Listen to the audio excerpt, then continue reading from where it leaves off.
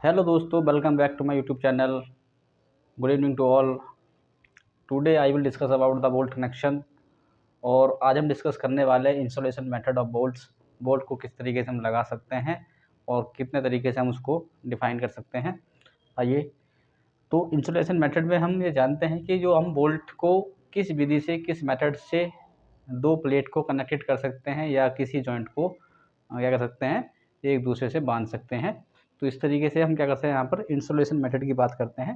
तो ये आपके टू टाइप्स के मेथड हो सकते हैं। हम जो बात कर रहे हैं बोल्ट की, तो बोल्ट हम दो तरीके से लगा सकते हैं। पहला आपका स्नैक टाइप,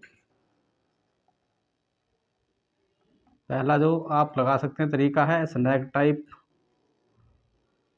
मेथड्स, और दूसरा है आपका pre tension, pre snug type method और pre tension method.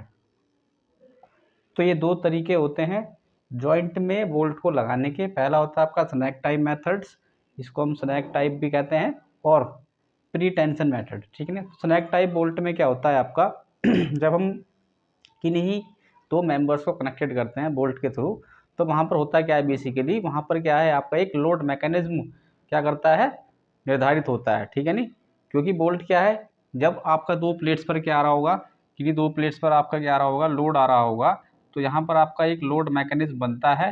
Suppose that ये आपका बोल्ट लगा हुआ है, तो यहाँ पर आपका एक लोड मैकेनिज्म बनता है। ठीक है नहीं, जो क्या करता है, कनेक्शन की प्रभावशीलता क्या करता है, बोल्ट यहाँ पर निर्धारित करता है। बोल्ट मैकेनिज्म के अकॉर्डिंग क्या करते हैं हम, यहाँ पर हम लोड ट्रांसफर मैकेनिज्म को समझते हैं, और बोल्ट को हम स्नैक टाइप और प्री टेंशन मेथड के थ्रू में लगा सकते हैं। स्नैक टाइप इंस्टॉलेशन के लिए प्री टेंशन की तुलना में कम प्रयास की आवश्यकता होती है। अगर हम स्नैक टाइप मेथड यूज कर रहे हैं तो यहाँ पर हमें कम एफर्ट लगाने पड़ेंगे, और प्री टेंशन मेथड के लिए हमें यहाँ पर ज़्यादा एफर्ट्स लगाने पड़ते हैं। लेकिन जब हम स्नैक टाइप मेथड यूज करते हैं बोल्टिंग में, तो यहाँ पर हमें ये हमारा इजी तो पड़ता है, लेकिन इसमें क्या है, हमें इसकी भी कुछ क्या होती है, आपकी लिमिटेशन है। ठीक है नहीं। और इन दोनों के बीच अंतर क्या है, इन दोनों के बीच अंतर, मुख्य अंतर ये है कि आपका जो क्लैंपिंग फोर्स है ना, क्योंकि आपका जब बोल्ट हम लगा रहे हैं दो प्लेट के बीच, तो यहाँ पर आपका जब बोल्ट को हम क्या कर रहे हैं, क्लैंपिंग कर रहे हैं, तो क्लैंपिंग फोर्स यहाँ पर अप्लाई होता है दोनों मेंबर्स के बीच। ठीक है नहीं।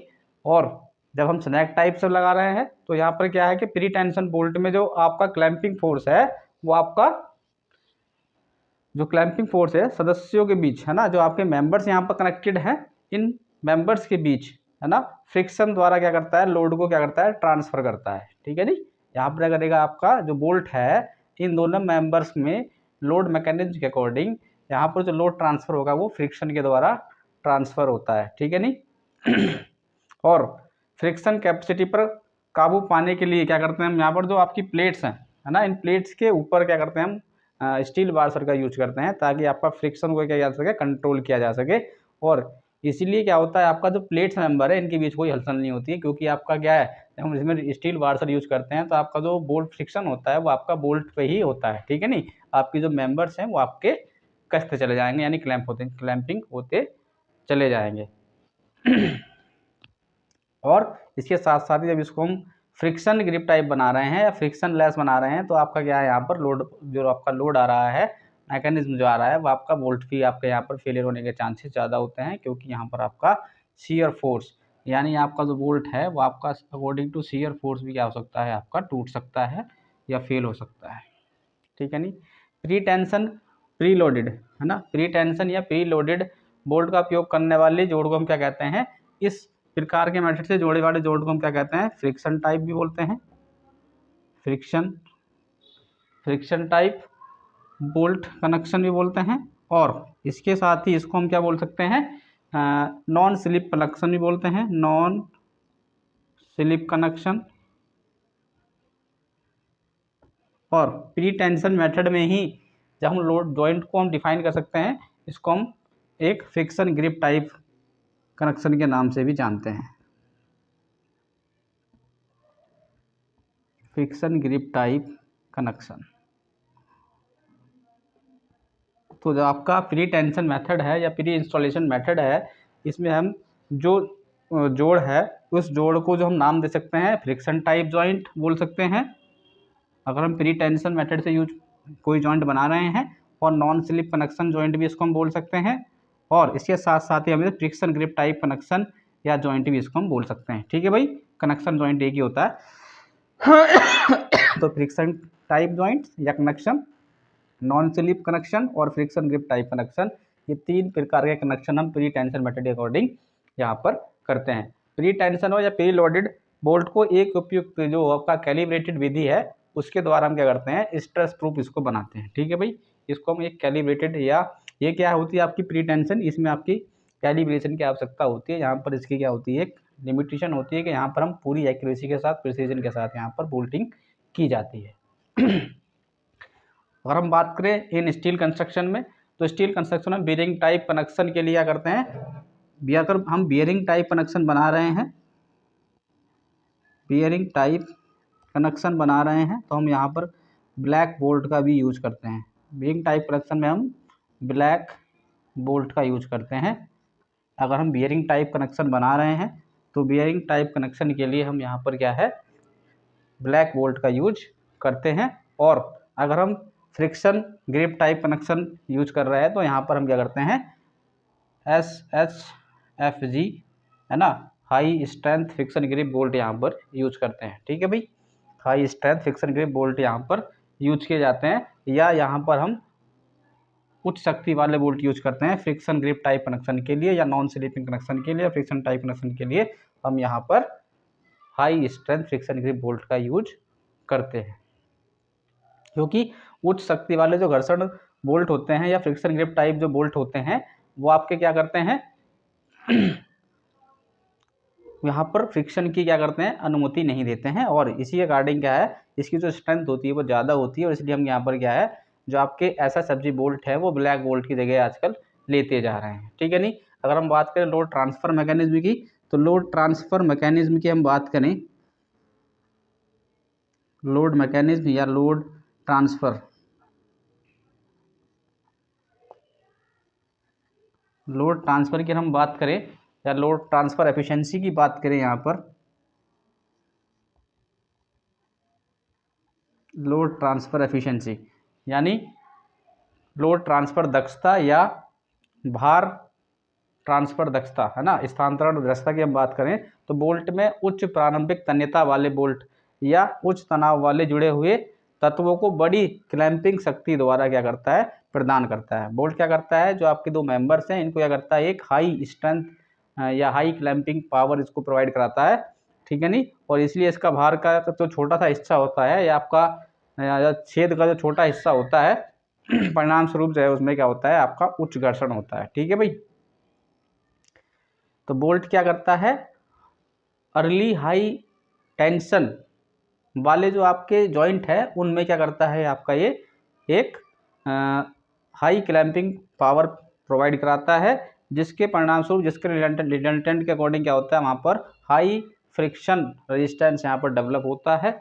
और इसी के साथ साथ यहाँ पर क्या होता है बिना किसी महत्वपूर्ण फ्रिक्शन के मुख्य रूप से जो आपका घर्षण है वो लोड को ट्रांसफर करने का यहाँ पर काम करता है। ठीक है नहीं, अगर यहाँ इसको हम क्लैंपिंग कर रहे हैं तो आपका जब क्लैंपिंग होता जाएगा तो जो आपका लोड का जो फ्रिक्शन है या आपका जो घर्षण है वो आपका क्या करता है फ्रिक्शन के द्वारा इन दोनों पर जो लोड आ रहा है उसको ट्रांसफर करने का काम करता है। और इसके साथ साथ ही लोड ट्रांसफर तंत्र में बोल्ट क्या होता है आपका ड्यू टू शीयर फेलियर आपका क्या हो जाता है फेल हो जाता है, ड्यू टू शीयर आपका फेल हो सकता है या ड्यू टू टेंशन आपका ये फेल हो जाएगा। ठीक है भाई, अगर हम बट जॉइंट लगा रहे हैं ड्यू टू टेंशन और कंप्रेशन, अगर हम लैप जॉइंट लगा रहे हैं बोल्ट का तो हम वहाँ पर ड्यू टू शीयर यहाँ पर फेलियर होने के चांसेस ज़्यादा रहते हैं बोल्ट के। अगर हम बात करें स्ट्रक्चरल एफिशिएंसी की या संरचनात्मक दक्षता की बात करें, स्ट्रक्चरल एफिशिएंसी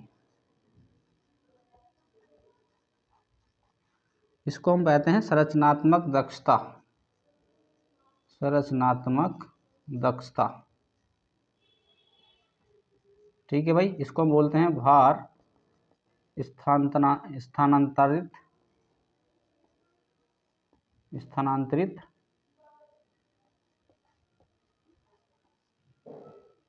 दक्षता। ठीक है भाई। लोड ट्रांसफर एफिशिएंसी को बोलते हैं भार स्थानांतरित दक्षता या स्थानांतरण बोल सकते हैं। और स्ट्रक्चरल एफिशिएंसी को हम संरचनात्मक दक्षता बोलते हैं। और संरचनात्मक दक्षता में हम, चूंकि भार का क्या होता है, बड़ा हिस्सा कहाँ पर आ रहा होगा, ड्यू टू फ्रिक्शन रेजिस्टेंस के कारण क्या हो रहा होगा, ड्यू टू फ्रिक्शन के द्वारा क्या हो रहा होगा, आपका वो बियर किया जा रहा है ना। तो यहाँ पर क्या होता है आपका स्ट्रक्चरल या संरचनात्मक दृष्टि से अगर हम देखें तो यहाँ पर जो आपका लोड का जो हिस्सा है वो आपका क्या हो रहा होगा, इस फ्रिक्शन के द्वारा क्या हो रहा है, ट्रांसफर हो रहा है, ठीक है नहीं।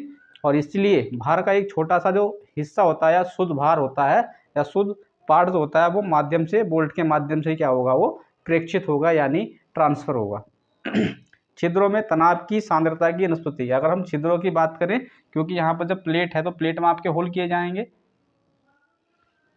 बोल्ट प्रोवाइड कराने के लिए होल किए जाते हैं। अगर हम छिद्रों की बात करें या छिद्रों में टेंशन फोर्स की हम बात करें, टेंशन स्ट्रेस की बात करें, तो यहाँ पर की जो आपकी टेंशन स्ट्रेस है उसमें क्या होती है, ये एब्सेंट होती है, ठीक है भाई। और इसी के परिणाम स्वरूप क्या होता है, आपकी वहाँ पर फटीग जो है वो आपकी इंक्रीज हो जाती है। और इसके साथ साथ बोल्ट को हम क्रॉस सेक्शन में एक तनाव के साथ प्रूफ लोड तक तनाव दिया जाता है। यहाँ अगर हम एक टेंशन जॉइंट हम यहाँ पर बना रहे हैं तो यहाँ पर क्या है, एक प्रूफ टेंशन तक ही इसको कर सकते हैं, लोड दे सकते हैं। और इसके साथ साथ ही यहाँ पर जो है बोल्ट की जो सामग्री है उसका पूरा यूज यहाँ पर किया जाता है अकॉर्डिंग टू स्ट्रक्चरल एफिशिएंसी। और हम बात करें इकोनॉमी की या किफ़ायती मान की बात करें, इकोनॉमी की हम बात करें according to installation method, economy की हम बात करें, किफ़ायती मान की बात करें, किफ़ायती या इकोनॉमी या इसका जो आपकी कॉस्ट है ना। तो सामान्य जोड़ में क्या होता है, मजबूती के लिए हम क्या करते हैं, साधारण बोल्ट का जो है बोल्ट की तुलना में हम कम बोल्ट की आवश्यकता होती है ना। साधारण बोल्ट की तुलना में क्या होती है, सामान्य जॉइंट में हमारी बोल्ट की होती है कम आवश्यकता होती है। और इसके साथ साथ ही यदि कनेक्शन को मजबूती के साथ क्या किया हो, हमने जोड़ा हो या बोल्ट लगाए हो, तो इसमें सामग्री और निर्माण प्रयास में किफ़ायती मान होता है। यानी अगर हम यहाँ पर कम बोल्ट में या कम मटेरियल में अगर हम यहाँ पर बोल्ट कनेक्शन बना पा रहे हैं तो ये क्या होता है, आपका इकोनॉमिकल होता है, ठीक है नहीं। कॉस्ट यहाँ पर कम आएगी है ना, लेबर कॉस्ट कम लगेगी, तो ये आपका क्या होता है, इकोनॉमिकली भी क्या होता है, फिट होता है, ठीक है नहीं। और इसलिए सामग्री की लागत जो होती है साधारण बोल्ट की तुलना में लगभग 50% क्या होती है, अधिक होती है। अगर हम high strength friction grip type bolt लगा रहे हैं, अगर हम यहाँ पर सिंपल या साधारण या ब्लैक बोल्ट यूज नहीं कर रहे हैं, तो वहाँ पर क्या होता है, जो आपकी कॉस्ट है ना, वो क्या हो जाती है, आपकी 50% बढ़ जाएगी। और इन बोल्ट को लगाने के लिए या कसने के लिए एक विशेष कारीगरों की आवश्यकता भी नहीं होती है, ठीक है भाई। क्योंकि बोल्ट क्या कर सकता है, वो अनस्किल्ड लेबर भी क्या कर सकती है, उसको क्लैंप कर सकती है या टाइट कर सकती है। आइए आगे चलते हैं। अब हम बात कर लेते हैं specification of bolt joints.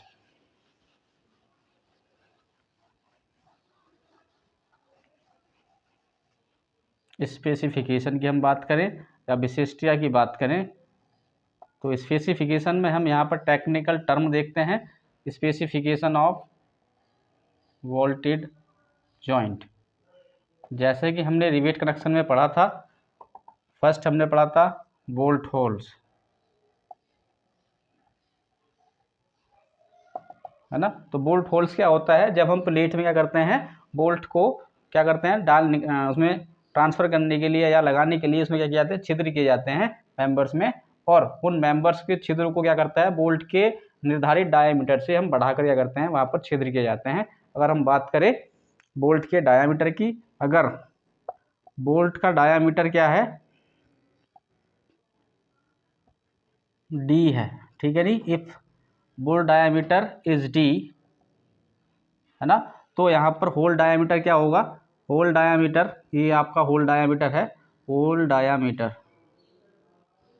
D H क्या है, आपका होल डायामीटर है। और होल डायामीटर को हम क्या करते हैं, 1 mm कब बढ़ाएंगे, जब आपका एक इस पर डिपेंड करता है, आपके टाइप्स ऑफ बोल्ट या प्लेट की थिकनेस पर डिपेंड करता है कि उसकी थिकनेस कहाँ तक बरी कर रही है, उसके अकॉर्डिंग हम यहाँ पर क्या करते हैं, आपका प्लेट में बोल्ट होल्स वहाँ पर लगाते हैं।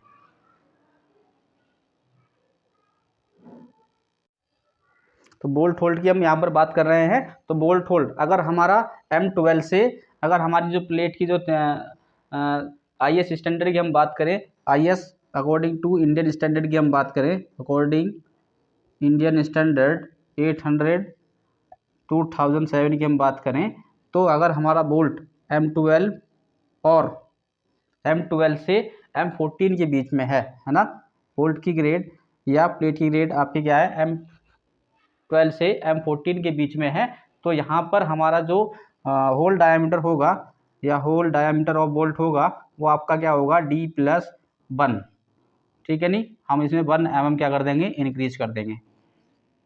अगर बोल्ट की ग्रेड हमारी M12 से, अगर बोल्ट की ग्रेड हमारी M12 से M24 है, तो यहाँ पर बोल्ट डायमीटर या बोल्ट होल डायमीटर कितना हो जाएगा, D+2.0 mm, ठीक है नहीं। हम इसमें 2 mm क्या कर देंगे, ऐड कर देंगे होल डायमीटर के लिए। इस तरीके से ही आपका, अगर आपका बोल्ट की ग्रेड M27 है या इससे ज़्यादा है ना, इज ग्रेटर देन M27 से ज़्यादा है, तो यहाँ पर बोल्ट होल यहाँ पर कितना हो जाएगा, D+3.0 mm, ये ऐड कर देंगे हम। 3 mm यहाँ पर क्या करेंगे, एक्स्ट्रा ले लेंगे भाई, ठीक है भाई। अगर आपका M27 है तो यहाँ पर M27 के लिए, M27 के लिए, M27 के लिए अगर M27 से ज़्यादा है तो यहाँ पर DH कितना हो जाएगा, D+3.0, यानी 3 mm क्या करेंगे हम यहाँ पर एक्स्ट्रा ले लेंगे, ठीक है नहीं। इसके साथ साथ हम बात करें बोल्ट ग्रुप पैटर्न की, है ना, बोल्ट ग्रुप पैटर्न की बात करें तो ये 3 पैटर्न हम यहाँ पर यूज करते हैं। जैसे कि दूसरी हम बात करें बोल्ट पैटर्न। अब हम बोल्ट किस पैटर्न में लगा सकते हैं, है ना, बोल्ट ग्रुप पैटर्न या बोल्ट समूह पैटर्न की हम बात करें तो हम 3 तरीके से लगा सकते हैं। पहला चैन बोल्टिंग, दूसरा जिगजैग बोल्टिंग और तीसरा डायमंड बोल्टिंग या पैटर्न। ये 3 पैटर्न हम यहाँ पर यूज करते हैं, चैन पैटर्न और आपका जिगजैग पैटर्न और आपका डायमंड पैटर्न। अगर हम चैन पैटर्न की बात करें, सपोज डैट आपका ये क्या है, कोई प्लेट्स है और यहीं पर क्या है आपका ये सेक्शन जुड़ा हुआ है, सपोज डैट हम 2 सेक्शन को जोड़ा हुआ है, तो यहाँ पर जो आपका बोल्ट लगा होगा वो आपका समान अंतराल पर लगे होंगे और एक ही बोल्ट लाइन पर लगे होंगे सारे बोल्ट, ठीक है नहीं, और सारे क्या होंगे, एक दूसरे के क्या होंगे, पैरेलल लगे होंगे, ठीक है नहीं, समान पिच पर लगे होंगे, समान गेज डिस्टेंस पर लगे होंगे। तो इस टाइप के पैटर्न को हम बोलते हैं चैन पैटर्न। क्लियर भाई, इस टाइप के पैटर्न को हम बोलते हैं चैन पैटर्न। और अगर यहाँ पर ये लोड P यहाँ पर लगा है, ठीक है नहीं, तो लोड के परपेंडिकुलर डिस्टेंस जो होती है सेंटर टू सेंटर बोल्ट की, वो क्या कहलाती है, आपकी पिच कहलाती है। और लोड के parallel centre to centre distance जो होती है बोल्ट की, लोड के जो आपका पैरेलल लाइन है ना, पैरेलल लाइन जो बोल्ट की सेंटर टू सेंटर डिस्टेंस होती है वो आपका पिच कहलाता है। और परपेंडिकुलर जो डिस्टेंस होती है बोल्ट की सेंटर टू सेंटर वो आपकी क्या कहलाती है, एज डिस्टेंस या गेज डिस्टेंस यहाँ पर कहते हैं। और एज डिस्टेंस क्या होती है, किनारा दूरी क्या होती है, प्लेट के एंड से बोल्ट की सेंटर तक की जो दूरी होती है वो क्या होती है, आपकी एंड डिस्टेंस होती है बोल्ट की, ठीक है भाई। इसको हम क्या बोलते हैं, किनारा दूरी भी बोलते हैं। और इसके साथ साथ हम यहाँ पर बात करें चैन पैटर्न की, तो चैन पैटर्न क्या होता है, इसमें क्या होता है आपका, एवरी जो बोल्ट आपका लगा है, every bolt of a row in opposite to the other bolt of other row, ठीक है नहीं, क्या होगा, पैरेलल होंगे सारे बोल्ट, ठीक है नहीं, एक दूसरे के। और जो आपकी बोल्ट लाइन है वो आपकी क्या होगी, सभी लाइन के क्या होगी, पैरेलल होगी और इक्वल इंटरवल या इक्वल गेज डिस्टेंस और पिच पर आपकी लगी होगी, ठीक है नहीं। इसके साथ हम बात करें गेज डिस्टेंस या जिगजैग वे की, तो जिगजैग वे में अगर हम बात करें तो जिगजैग वे में हम बात करें, अगर ये आपका कोई प्लेट्स है, मैं मान लेता हूँ कि आपका ये कोई प्लेट्स है, कंटिन्यूटी का साइन लगा रखा है, और अगर यहाँ पर क्या है आपका कोई मेंबर्स यहाँ पर कनेक्टेड है, ठीक है नहीं, तो यहाँ पर जो आपके बोल्ट्स लगे होंगे वो आपके क्या होंगे, एक बोल्ट लाइन में नहीं लगे होंगे, इधर आधर लगे होंगे। जैसे कि मैंने यहाँ लगा दिया यहाँ लगा दिया, यहाँ लगा दिया, यहाँ लगा दिया। अब क्या है, ये आपके जो बोल्ट लगे हैं ये आपके जिगजैग वे में लगे हैं, यानी बोल्ट आपके समान अंतराल पर और समान गेज डिस्टेंस पर नहीं लगे हैं। ठीक है भाई। और इस टाइप की जो आपकी बोल्टिंग होती है इसमें क्या होता है आपका, हम स्टैगर्ड पिच भी निकालते हैं और स्टैगर्ड गेज डिस्टेंस भी हम यहाँ पर निकालते हैं। तो जिगजैग में क्या होता है आपका, बेसिकली जो आपके बोल्ट हैं, है ना, वो आपके बोल्ट हैं, इसमें क्या होगा, एवरी बोल्ट आपका जो होगा मिडल ऑफ द टू, है ना, एक दो बोल्ट के मध्य में लगा होगा, और इसके साथ साथ ही यहाँ पर क्या होगा, दोनों क्या होगा, अपोजिट डायरेक्शन में होंगे। ठीक है नहीं, दोनों ही क्या होंगे, अपोजिट डायरेक्शन में होंगे। और इस टाइप की जो आपकी पिच कहलाएगी ये आपकी अलग अलग कहलाती है। ठीक है नहीं, ये आपकी पिच अलग होगी P1, ये P2 होगी, अगर ये अलग है तो ये भी आपकी P3 होगी। तो यहाँ पर आपकी जो पिच डिस्टेंस है वो भी आपकी डिफरेंट या बड़ी होगी। ठीक है नहीं। इसके साथ साथ हम डायमंड पैटर्न की बात करें तो डायमंड पैटर्न में आपका जो बोल्टिंग की जाती है वो इस तरीके से की जाएगी। डायमंड पैटर्न में हमारी जो बोल्टिंग की जाती है वो आपकी घटते हुए या बढ़ते हुए आरोही क्रम में या अवरोही क्रम में बोल्ट को लगाया जाएगा, इस तरीके से, जैसे कि आप देख पा रहे होंगे, है ना। इस तरीके से आपके बोल्ट क्या हैं, ये डायमंड बना रहे होंगे या डायमंड शेप बना रहे होंगे। इस तरीके के बोल्ट को हम क्या कहते हैं, डायमंड पैटर्न यहाँ पर कहते हैं। और यहाँ पर जो जी होता है वो ग्रेटर देन इक्वल टू किसके होता है, G is greater than equal to किसके होता है आपका 1.25 इंटू डी एच के। जो गेज डिस्टेंस हम लेते हैं वो ग्रेटर देन होती है किसके, 1.25 time of the hole diameter of bolt. और पिच की हम बात करें या लेंथ ऑफ द बोल्ट की हम बात करें तो लेंथ जो आपकी होगी वो 2 is greater then 2.5 into D H, यानी आपकी पिच जो होगी वो इससे आपकी ग्रेटर देन होगी। ठीक है, ये याद रखेंगे, ये आपका क्या होता है, ग्रेटर देन इक्वल टू आपका होने वाला है। डायमंड में आपका क्या होता है, in this type of bolting member of rivets, in this type of bolting member of rivet या member of bolts in row decrease as we move from inner most, है ना। अगर हम इनर मोस्ट की हम बात करें तो ये क्या हो रहा होगा, डिक्रीज हो रहा होगा इनका पैटर्न, नंबर ऑफ रिवेट या नंबर ऑफ बोल्ट यहाँ पर घट रहे होंगे, और इसके साथ साथ आउटर मोस्ट रो में आपके क्या हो रहे होंगे, बढ़ रहे होंगे। ठीक है नहीं, we move inner most row to outer most row. ठीक है नहीं, तो ये क्या होगा आपका आउटर, इनर से अगर हम आउटर की ओर जा रहे हैं तो यहाँ पर आप देख रहे होंगे तो नंबर ऑफ बोल्ट आपके क्या है, घट रहे हैं। ठीक है नहीं, तो इसको हम बोलते हैं डायमंड बोल्टिंग। इसके साथ हम बात करें पोजीशन ऑफ फास्टनर होल्स, है ना, फास्टनर छेदों की स्थिति की हम बात करें तो यहाँ पर बोल्ट की जो स्थिति होती है वो किनारे और अंत्य दूरी की बीच जो आगे होगी। अगर हम पोजीशन की यहाँ पर बात करें, आई होप यहाँ तक समझ में आ गया होगा आपको। पोजीशन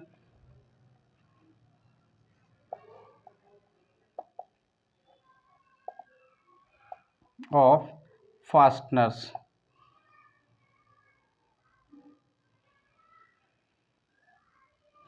पोजीशन ऑफ फास्टनर्स या फास्टनर्स होल्स, इसको हम क्या बोल सकते हैं, बोल्ट के छिद्रों की स्थिति। ठीक है भाई, बोल्ट को क्या बोलते हैं हम, फास्टनर्स, बोल्ट के छिद्रों की स्थिति। अब बोल्ट के जो छिद्र हैं वो हम किस पोजीशन में कर सकते हैं, है ना, उसकी क्या पोजीशन हो सकती है, तो इसके लिए हम क्या करते हैं, डिफरेंट टाइप का स्पेसिफिकेशन यहाँ पर दिया हुआ है। ठीक है नहीं, बोल्ट छेदों की स्थिति को किनारे और अंत दूरी की, है ना, बोल्ट छेदों की स्थिति को किनारे और अंत की दूरी पिच और गेज के संदर्भ में किया जाता है। यहाँ पर जैसे मैंने बताया कि पिच क्या होती है आपकी, ये आपकी पैरेलल डिस्टेंस होती है या परपेंडिकुलर डिस्टेंस होती है दो बोल्ट के बीच की, लोड के अकॉर्डिंग। ठीक नहीं, तो लोड के जो परपेंडिकुलर डिस्टेंस होती है वो क्या आपकी पिच कहलाती है, और लोड के पैरेलल डिस्टेंस जो होती है वो आपकी गेज डिस्टेंस कहलाती है। ठीक है नहीं, तो इस तरीके से हम एंड डिस्टेंस को भी ट्रांसफर कर सकते हैं या डिफाइन कर सकते हैं। तो एंड डिस्टेंस क्या होती है ना, आपके बोल्ट के छिद्र से लास्ट बोल्ट, आउटर बोल्ट के छिद्र से किनारे तक की या एंड डिस्टेंस जो होती है प्लेट के या मेंबर्स के, उसको बोलते हैं and distance.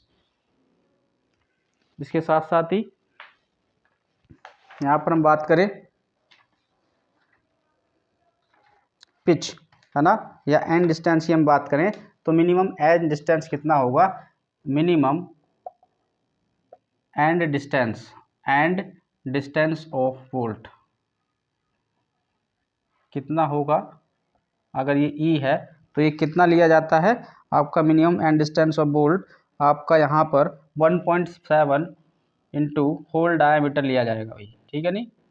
Minimum and distance कितना होता है? 1.7 type of hole diameter of bolt के बराबर होता है। और इसके साथ साथ ही अगर ये किसके लिए होता है? फॉर हैंड कटिंग, ठीक है नहीं? हैंड फॉर मैन मेड बोल सकते हैं, मैन मेड होल्स। अगर हम हाथों के द्वारा होल कर रहे हैं प्लेट में या मेंबर्स में, तो हम जो एज डिस्टेंस लेते हैं वो आपका 1.7 into hole diameter of bolt लेते हैं, मिनिमम एज डिस्टेंस। और अगर हम एज डिस्टेंस कितना ले रहे हैं? 1.5 इंटू डी एच, ये किसके लिए होता है? ये आपका होता है फॉर मशीन, है ना, मशीनिंग होल्स। अगर हम मशीनों के द्वारा होल कर रहे हैं, है ना, हाइड्रोलिक प्रेशर के द्वारा होल कर रहे हैं मेंबर में, तो यहाँ पर आपका जो मिनिमम एज डिस्टेंस होता है वो आपका 1.5 इंटू डी एच होगा। ये बात आप याद रखेंगे, ठीक है भाई? इसके साथ साथ हम यहाँ पर बात करें पिच की, है ना।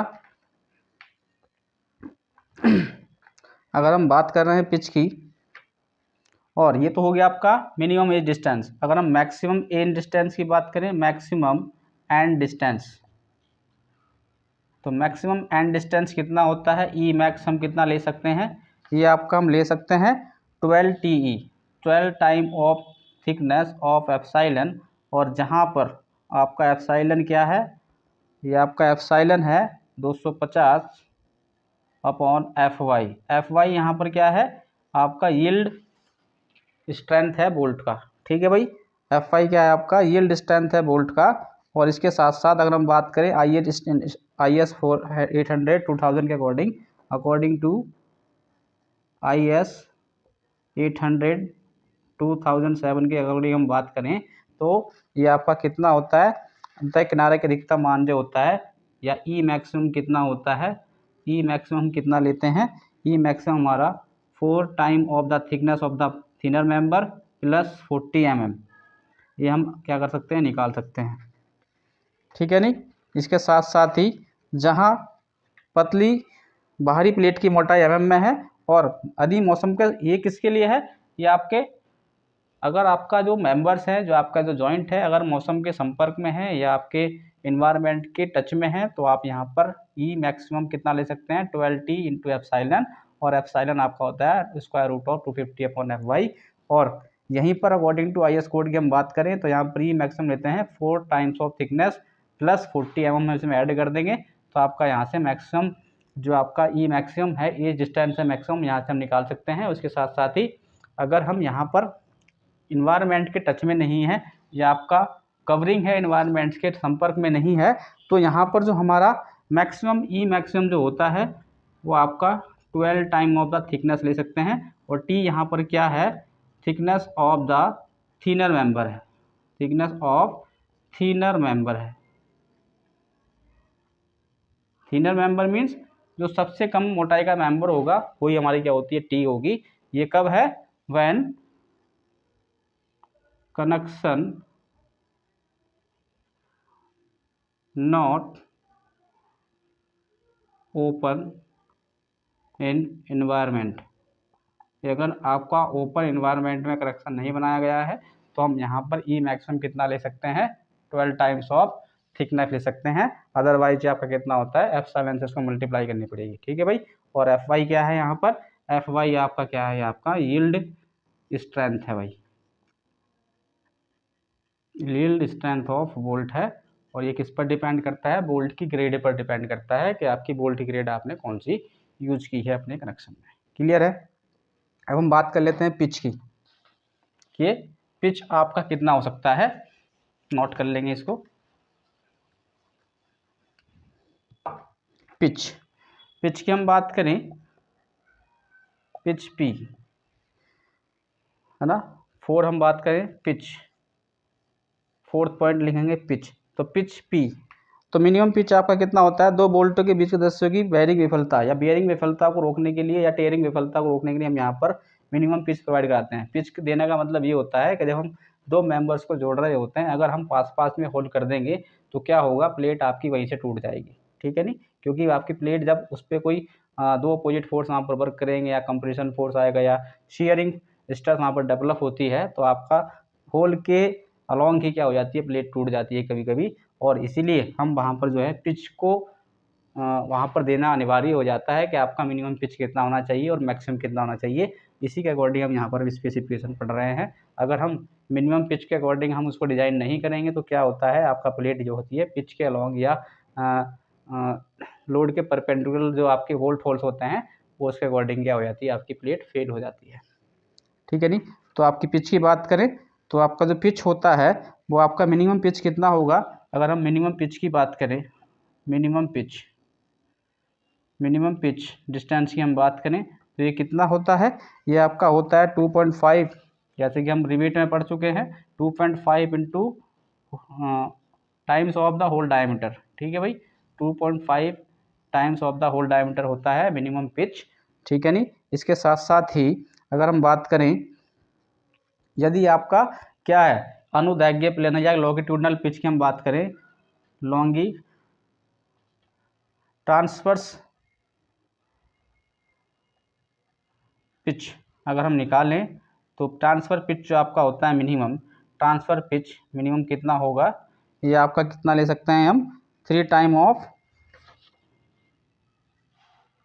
टाइम ऑफ होल डायमीटर और 4 टाइम ऑफ होल डायमीटर ले सकते हैं ट्रांसफ़र पिच, जिसको हम बोलते हैं अनुदैर्घ्य पिच, ठीक है भाई, अनुदैर्घ्य पिच हिंदी में जो भी है आप चेक कर लेंगे इसको, ठीक है नहीं, एक बार चेक कर लेंगे। तो अनुदैर्घ्य जो पिच होती है वो आपकी मिनिमम कितनी ले सकते हैं, 3 time of the bolt hole diameter और 4 time of the bolt hole diameter हम ले सकते हैं मिनिमम पिच। और अगर हम लॉन्गिट्यूडनल जॉइंट हम यहाँ पर लगा रहे हैं तो आपका क्या होता है, ये 2.5 इंटू DH होता है, ठीक है भाई। अगर हम बात करें मैक्सिमम पिच डिस्टेंस की हम बात करें या पी मैक्सिमम की बात करें तो ये कितना ले सकते हैं, मैक्सिमम पिच जो हम ले सकते हैं,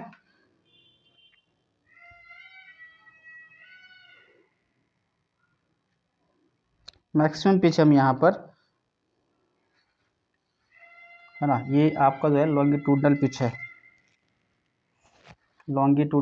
ठीक है भाई, अनुदैर्घ्य का बोलते हैं हम लॉन्गिट्यूडनल पिच, ट्रांसवर्स नहीं होगा, ठीक है भाई, सही कर लेंगे इसको। अनुदैर्घ्य पिच जो होती है आपकी 3 time of the hole diameter और 4 टाइम ऑफ होल डायमीटर होती है। इसके साथ साथ ही मैक्सिमम पिच जो होती है वो आपकी 15 टाइम्स ऑफ होल डायमीटर होती है, ठीक है भाई, ये याद रखेंगे। जनरल पिच जो होती है आपकी वो 15 टाइम्स ऑफ होल डायमीटर होती है, ये याद रखेंगे। इसके साथ साथ ही अगर हम लॉन्गिट्यूडनल पिच की बात करें या अनुदैर्घ्य पिच की बात करें, अनुदैर्घ्य पिच पी मैक्सिमम कितना होगा, अनुदैर्घ्य पिच मैक्सिमम पिच कितनी होगी, यहाँ पर जो हमारी होती है ये आपकी 75 से 16 टाइम्स ऑफ थिकनेस और 200 mm, और पी मैक्सिमम आपका कितना हो सकता है, 12 टाइम्स ऑफ द थिकनेस और 200 mm,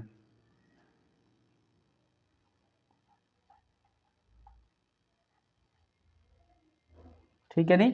आपका 16 टाइम ऑफ थिकनेस कब होगा, ये किसके लिए होता है आपका, ये किसके लिए होता है, टेंशन मेंबर के लिए, ये टेंशन मेंबर के लिए है, यानी तनन उपांग के लिए अगर हम पिच ले रहे हैं, तनन उपांग बना रहे हैं, और कंप्रेशन के लिए आपका 12 टाइम्स होता है संपीड़न उपांग के लिए, ठीक है नहीं। मेंबर को हम क्या बोलते हैं, उपांग बोलते हैं, टेंशन यानी तनन, कंप्रेशन यानी संपीड़न, ठीक है नहीं। तो संपीड़न और कंप्रेशन दोनों के लिए यहाँ पर आपका ये पी मैक्सिमम की वैल्यू 16 टाइम और 12 टाइम्स या 200 mm, जो भी इसमें क्या होगी बेटा, जो भी कम होगी वो ही हम लेंगे, ठीक है नहीं। बिच एवरेज ग्रेटर या बिच एवरेज लेस हम यहाँ पर लेने वाले हैं, बिच एवरेज लेस, लेस वाली वैल्यू हमें लेनी है, कम वाली वैल्यू यहाँ पर हम अडॉप्ट करेंगे। ठीक है भाई, इसके साथ साथ हम बात करने वाले हैं रो नियर द साइड एज, है ना। तो साइड के एज के रिस्पेक्ट में अगर हम बोल्ट लगा रहे हैं तो कितने उस पर लगाएंगे। ठीक है भाई, next row near the side edge, side edge की हम बात करें या उस पंक्ति की बात करें जहाँ पर बोल्ट लगाए जाएंगे एज के रेस्पेक्ट में। ठीक है नहीं, तो ये डिस्टेंस होगी मिनिमम, ये कितनी होती है, समानांतर पंक्ति में किसी भी दो लगातार बोल्ट के केंद्र की बीच की दूरी है ये, है ना। तो समानांतर यानी पैरेलल, पैरेलल पंक्ति में किसी भी दो लगातार बोल्टों के केंद्र से केंद्र की दूरी, केंद्र से केंद्र की दूरी की हम बात करें तो ये कितना होने वाली है, 100 mm plus 4 time of the thickness ये होने वाली है, और 200 mm। ठीक है नहीं, इन दोनों में जो भी क्या होगा, जो भी कम हो, ठीक है भाई, जो भी कम होगी वही वैल्यू हम लेंगे। किसके लिए लेंगे, row near the side edge. ठीक है नहीं, row near the side edge. ठीक है भाई, बाहरी प्लेट के किनारे के समीप। ठीक है नहीं, पार्श्व किनारा यानी पार्श्व एज डिस्टेंस हमारी है ये। ठीक है नहीं, ट्रांसवर्स एज डिस्टेंस हमारी कितनी होती है, 100 plus 4 time of the thickness of thinner member, और 200 mm, जो भी इसमें कम होगा जो भी लेस होगा वही वैल्यू यहाँ पर हम अडॉप्ट करेंगे। स्टैगर्ड पिच की बात करें, स्टैगर्ड पिच की हम बात करें, स्टैगर्ड का मतलब होता है कि आपका इधर उधर। ठीक है नहीं, स्टैगर्ड पिच जब आपके बोल्ट तितर बितर लगे हों तो वहाँ पर स्टैगर्ड पिच बनती है। और स्टैगर्ड पिच के लिए आपकी गेज डिस्टेंस कितनी होनी चाहिए, वो 75 mm होनी चाहिए। ठीक है नहीं, मिनिमम ये 75 mm आपकी होनी चाहिए मैक्सिमम। और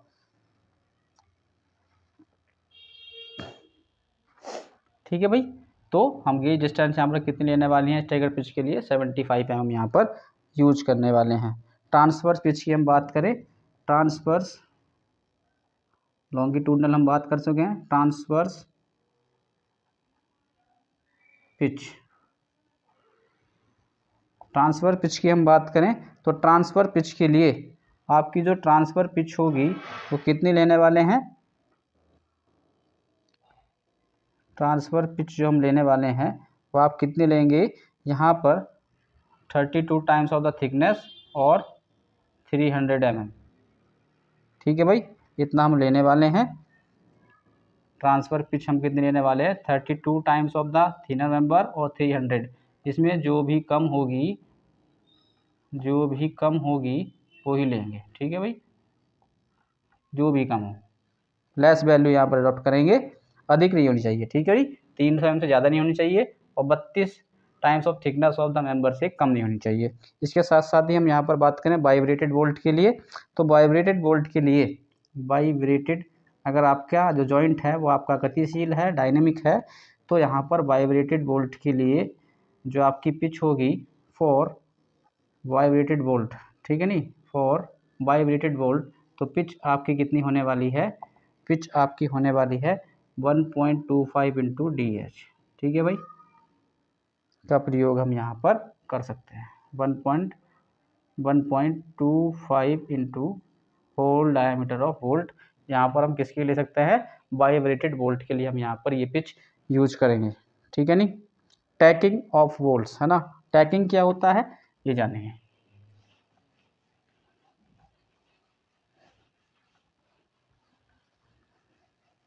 टैकिंग ऑफ बोल्ट या टैकिंग बोल्ट, है ना, बोल्ट टैकिंग।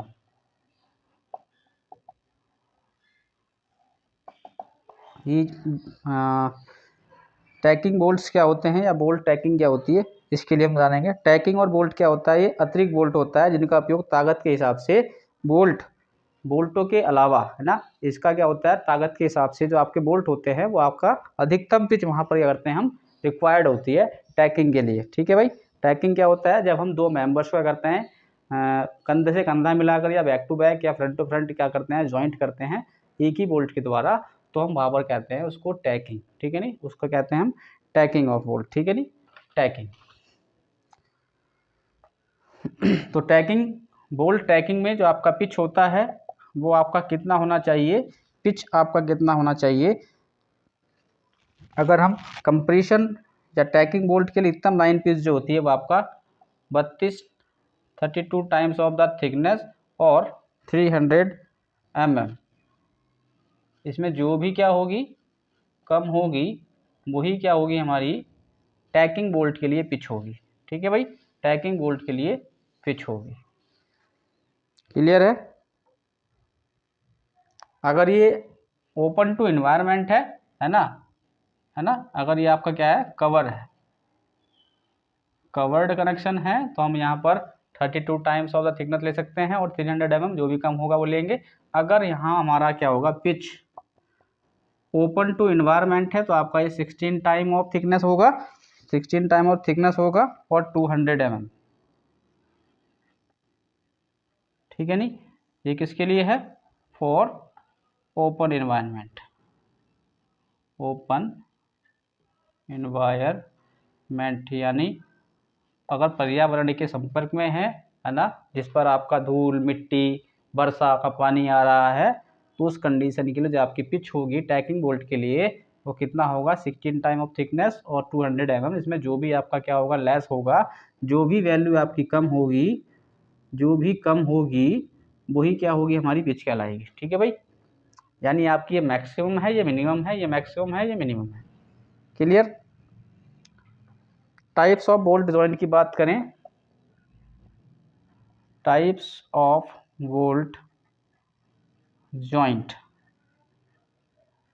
ठीक है नहीं, बोल्ट जोड़ के प्रकार की हम बात करें तो ये दो प्रकार के होते हैं। बोल्ट जोड़ के प्रकार, ये दो प्रकार क्या होते हैं, लैप जॉइंट और दूसरा होता है आपका वट जॉइंट।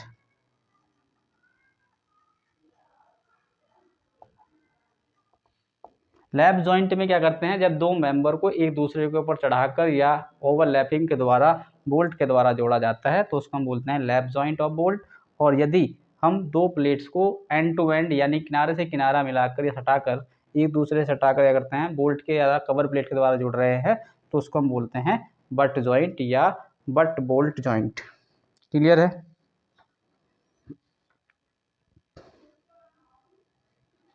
इसके साथ साथ ही बट जॉइंट में हम यहाँ पर दो कनेक्शन करते हैं, सीट कनेक्शन करते हैं, सीट कनेक्शन या सीटेड कनेक्शन भी इसको हम बोलते हैं, जिसमें हम फ्लैंज और वेव दोनों में क्या कर सकते हैं, एंगल्स के थ्रू क्या करते हैं, सीट बनाते हैं और सीट के थ्रू क्या करते हैं, बोल्टिंग के द्वारा हम अदर मेंबर्स को beam to column, column to column या बीम टू बीम इसको हम जोड़ सकते हैं। ठीक है भाई। तो ये था आपका कुछ, है ना। इसके साथ साथ ही जो आपका बट जॉइंट है वो हम वेव एंगल या स्टीफन सीट एंगल कनेक्शन या एंड प्लेट कनेक्शन भी हम जोड़ सकते हैं। ठीक है भाई। इसमें आपका सीट कनेक्शन होता है, जैसे कि मैंने बताया, सीट कनेक्शन में आपका वेव एंगल कनेक्शन भी होता है और यहाँ पर फ्लैंज एंगल, यानी फ्लैंज और वेव को जब हम एंगल द्वारा जोड़ते हैं, कभी कभी क्या होता है, कभी हम वेव वाले सेक्शन को जोड़ते हैं एंगल की सहायता से और कभी कभी हम क्या करते हैं, फ्लैंज वाले पोर्शन को जोड़ते हैं एंगल की सहायता से, सीटेड की सहायता से। तो आपका सीटेड जो कनेक्शन है वो आपका वेव एंगल और फ्लैंज एंगल होता है। और कभी कभी हम क्या करते हैं, एंड प्लेट कनेक्शन भी यहाँ पर बनाते हैं। ठीक है भाई, end plate connection, end plate connection भी किस में होता है, ये भी आपका बट जॉइंट में होता है। ठीक है भाई। टेंशन कनेक्शन में आपका क्या होता है, तनाव कनेक्शन इस मामले में बोल्ट लोड पर तनाव का स्थानांतरित किया जाता है। जहाँ पर आपका टेंशन स्ट्रेस डेवलप हो रहा होगा तो वहाँ पर उसको टेंशन कनेक्शन या टेंशन जॉइंट वहाँ पर कहते हैं, ठीक है नहीं। इसके साथ साथ ही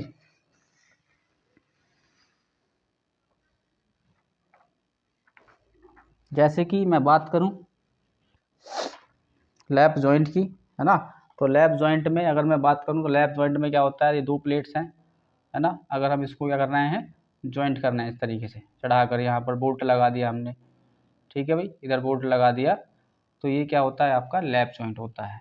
इसके साथ साथ ही अगर हम बट जॉइंट की बात करें तो यहाँ पर 2 प्लेट्स हैं, ये एंड टू एंड जोड़ी गई हैं, और यहीं पर क्या है, आपका 2 कवर प्लेट की सहायता से यहाँ पर बोल्ट के थ्रू जोड़ी जाती हैं, बोल्ट के थ्रू या रिवेटिंग के थ्रू जोड़ी जाती हैं।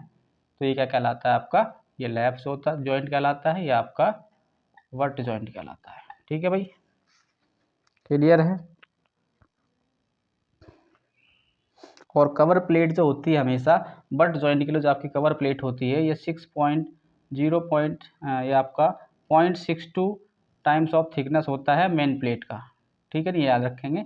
कवर प्लेट हम हमेशा क्या करते हैं, 62% थिकनेस लेते हैं मेन प्लेट की, या 6 to 5 इसको कर सकते हैं, 0.625 times of the main plate thickness.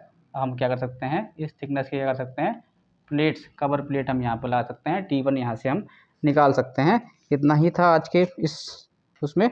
आने वाले सेक्शन में हम जानेंगे एजम्पशन, है ना, कौन कौन से एजम्पशन हम यहाँ पर यूज करते हैं बोल्ट कनेक्शन के लिए। और इसके साथ साथ जो आपके अदर थ्योरेटिकल पार्ट है, जैसे कि हम फेलियर स्ट्रेंथ ऑफ बोल्ट निकालते हैं, तो वो भी हम यहाँ पर डिस्कस करेंगे, कौन कौन से फॉर्मूले हम करते हैं डिजाइनिंग में यूज, और उसके साथ साथ हम यहाँ पर न्यूमेरिकल प्रॉब्लम भी नेक्स्ट लेक्चर में समझेंगे, ठीक है नहीं। तो चलिए, आई होप आपको ये सेशन अच्छा लगा होगा, मज़ेदार लगा होगा। और इसके साथ साथ अगर सेशन आपको अच्छा लगता है तो आप चैनल को लाइक शेयर सब्सक्राइब और अपने दोस्तों को शेयर करें, ताकि हम अच्छा कंटेंट ला सकें। Thank you for watching my YouTube videos.